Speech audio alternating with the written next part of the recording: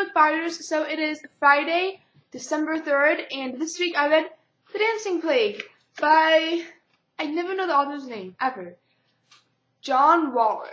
And if you've ever read the Canterbury Tales, which if you haven't, you really should have because they're amazing.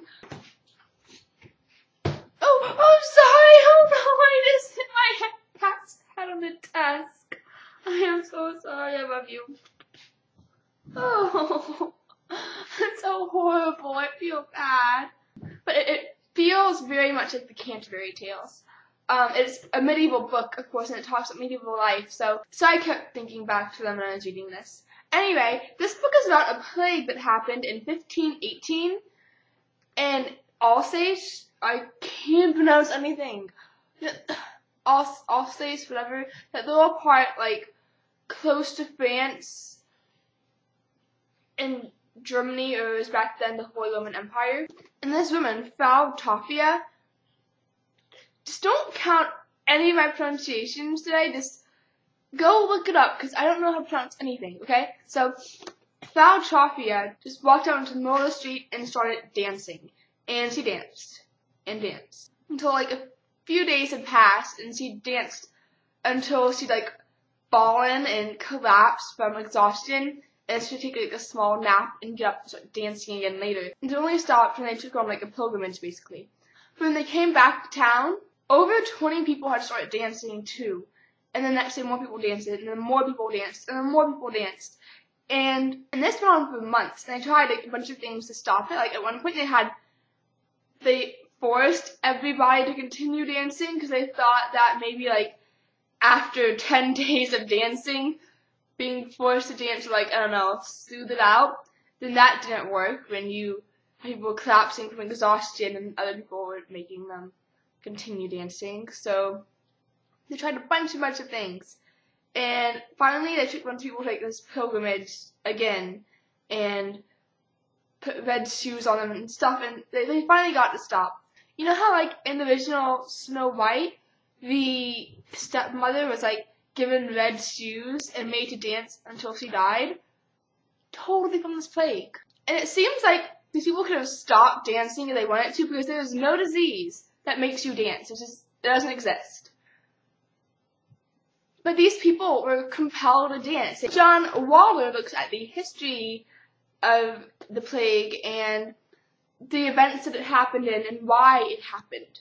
Basically, people of the Middle Ages had really crap lives. Like, within the 25 years before this plague happened, they had multiple visits from the Black Plague in, like, surrounding areas, and I think once in the actual town. And for, like, years and years and years, the grain wouldn't grow, and everybody was living in, like, crazy poverty, people dying all the time from hunger and from diseases that weakened states brought. And then there's also, this is the end of the Middle Ages, it was in 1518, so of course things are getting kind of, like, riled up between the church and normal people. I mean, these people, like, religion was part of their everyday life. Like, religion was everything. They counted, like, how long things took by, like, Hail Marys and, like, praying the rosary and stuff. So it was all religion. The church was being really abusive to them. While everybody was starving, the priests had, like, stores and stores of food, and they had, like, fat priests when everybody else was, like, dying of starvation. And when the priests were supposed to be protecting people and not working for them, but, like, you know, servant leadership and that type of thing, it wasn't happening. The members of the laity,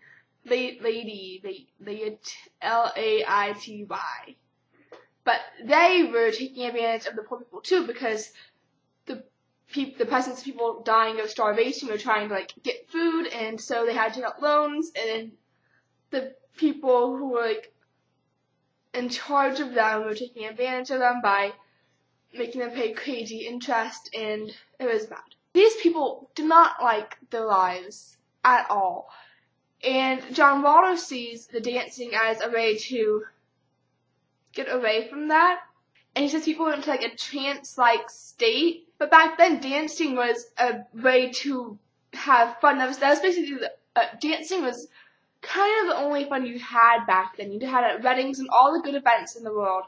And so Frau Trophy just started dancing and then kind of fell into that trance-like state and couldn't stop. And then other people saw it, and there's the power of suggestion and their own crab lives, and so they were compelled to start dancing.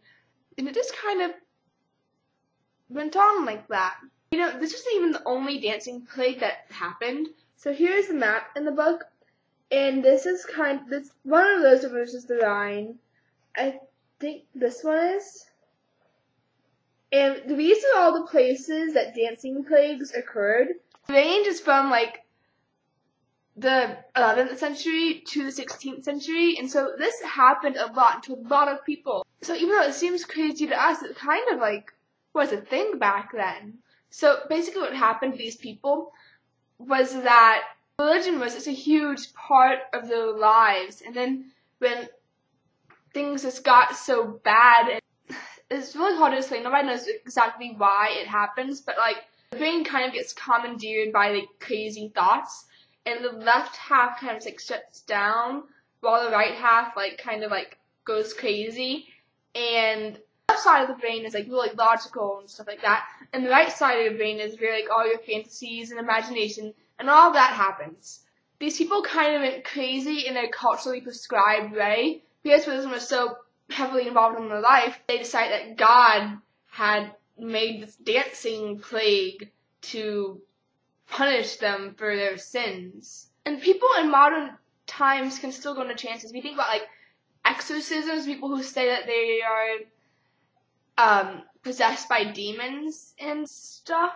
It usually happens in like a certain way. Certain things happen, and it only happens to religious people who have studied exorcism, not studied, but have been exposed to what being possessed is supposed to be like and exorcism is supposed to be like. So they go crazy in this specific way that the brain has, become accustomed to. And so when they're exercised, the brain's like, yeah, that's what's supposed to happen, and it's so weird and insane, and all these things are like, whoa.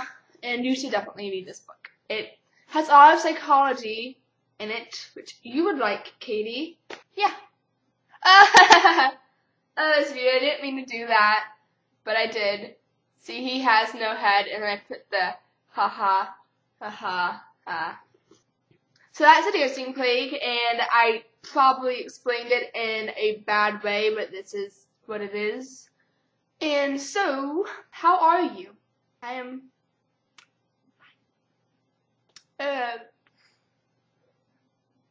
I have exams next week and the week after, and I hate my classes, and I took AP Physics, which I regret doing, and my art history exam is on Monday, and I have senior project and outline due, 15 pages that I haven't exactly started yet, and that is due in the middle of next week. And what else? And I don't have my laptop because Geek Squad is supposed to fix a fan problem, but instead created like a hardware problem, and they extremely mess things up. And making us pay for it because it's not under warranty when they did it, so they broke it and making us pay for it, which makes me want to be very angry. I finished my college essay, so like the main one that I'm sending to like a bunch of colleges, so that was good. I wasn't able to finish NaNoWriMo, partly because of computer problems and partly because my life got crazy with school, because calculus was easy and then it got really difficult, and physics was always difficult and got more difficult, and I'm doing okay. And then it's alright that you don't understand me, Katie. Most people don't. Dan, I'll see you on Monday. And everybody have a good weekend.